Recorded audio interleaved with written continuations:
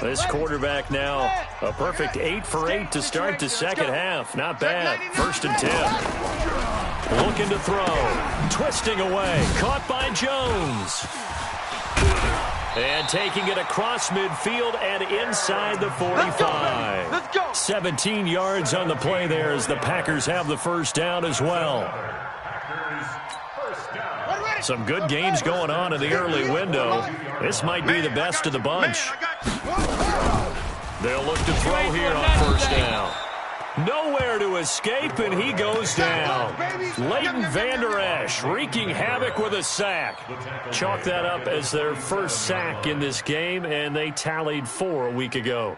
And probably not as much exultation in that sack as what took us so long. Because when you get 4 the previous week, you're counting on continuing that momentum. They didn't get that done in the first half of the game. Let's see now if they start to bring even more exotic pressure towards the quarterback. 2nd and 15. Throwing middle, but it's incomplete. They don't get the hook up there, but you really have to marvel at how precise he's been throwing the football these last couple weeks. Oh, that's the perfect word for it, precise, because if you're at 70% or better 2 weeks in a row, you have a job as long as you want one in this league, won't you? I mean, let's face it, it's not just West Coast offense either. He's putting the ball downfield as well. And he stopped up short of the first as they tackle him down at about the 36. They'll get 11, but it'll still lead to a 4th down. This offense really put themselves in a tough spot on 1st and 2nd down, and needing long yardage to try and pick up a 1st down, and they ended up getting a great run. Explosive, picked up nice yardage. You don't expect to be in this situation on 4th down, but guess what? It all started with what happened on 1st and 2nd down. Really put them behind the 8 ball.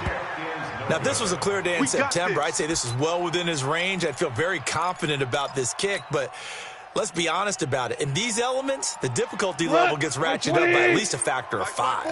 Good starting field position for them here as they come up 1st and 10 at their own 43. They'll try and start the drive with Gurley. Stopped up shy of the 45 despite some pretty powerful running. The tackle by Cole Holcomb.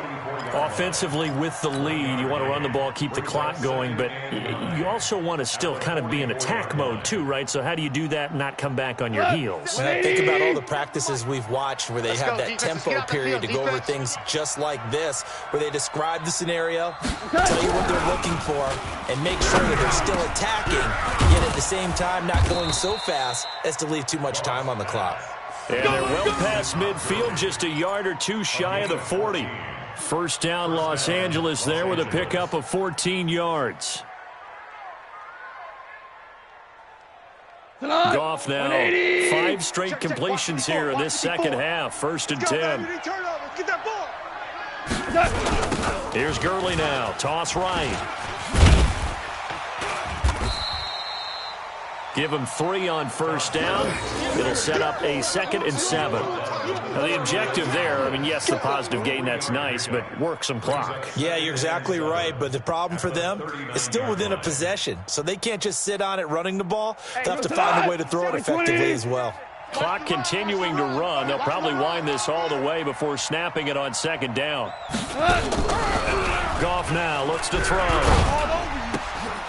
He's going to dump it off to Gurley. And this time not quite to the 30. It'll be down at the 41-yard line. 7 yards there and a 1st down. What a throw right there for the 1st down. He has taken some real punishment in this game, but still standing in the pocket completing that one. He's a flat-out warrior. There's no question about that. How about him stepping up into the teeth of the rush and delivering there for that big strike and that big pickup? On 1st and 10, Goff. There goes a deep ball, end zone. And that is incomplete. Showed off the arm strength there, but to no avail. 2nd down. In this situation, it's really tough to figure out how to defend because they have plenty of room to still take deep shots at the end zone as they just did there. Yet at the same time, you've got to be ready for the short throw. In this case, when you see the cue that they're going for the end zone, retreat and make sure you have a way to play forward, back towards the receiver, and have a chance to bat the ball away as they did there. To throw on 2nd and 10. Goff. And look at this. They get the turnover they needed. It's intercepted. Picked off by Jair Alexander. And to the 12. That's where it stops. The return is halted at the 12-yard line. A critical error there in a tight game in the fourth. All you talk about is taking care of the football, and especially with a lead here in the fourth quarter, turning it over, now the door is open for the opposition. Just in general, when you're passing in the fourth quarter with a lead, no matter what point, you got to be super careful. Got to be careful, and sometimes you can be so careful that you end up running yourself into an error. First play of the drive, a success, 19 yards. Right after the turnover, they come out throwing. And that means it's a sudden change situation. We used to practice it on defense. Sudden change, get out there, stop the offense. But you typically run out there a little bit unsettled. I think that's why he came right out throwing the football, hoping to catch him off balance. And he did. And he gets this up to the 34 out of bounds there.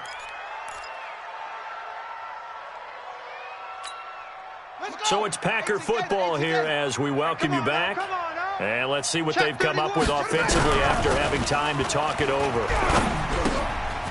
Now a throw here to his running back. And to the 42-yard line here and brought down there.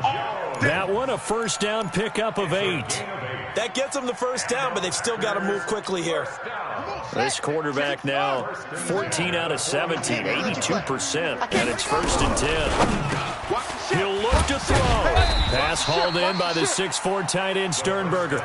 And the result here, a pickup of 8. Leaves him with 2 to go on second down. They're making steady progress, but I see your face. You're worried about that clock. I'm worried about the clock, and at some point, you have to have a splash play in there as well. He's back to throw, and he can't get a throw away. He's taken down.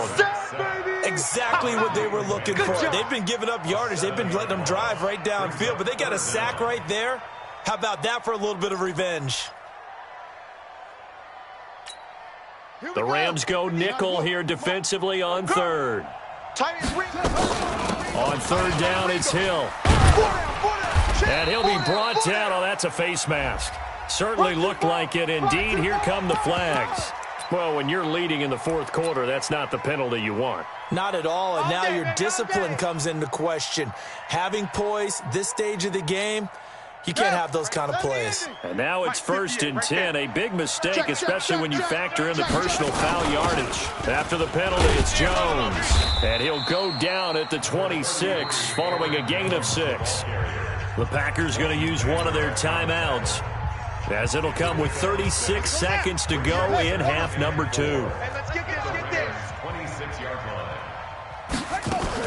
Again, it's Jones. And he'll get it down this time to the 17. Now the Packers going to go ahead and use the second of their timeouts, as they'll stop it with a little over 30 ticks to go in the football game.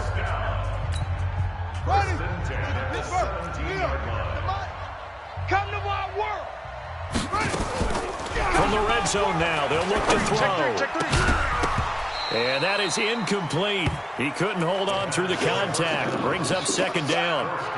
We have not seen a whole lot of wide-open receivers. Everything seemingly has been contested. And that's another nice job there to force an incompletion. They've been very cohesive, knowing each other's moves all game long, and they've been on the spot just about every time. And they held them in check on the scoreboard. It's caught here by Adams. And able to get this down inside the 15, either the 13 or 14 before he's out of bounds.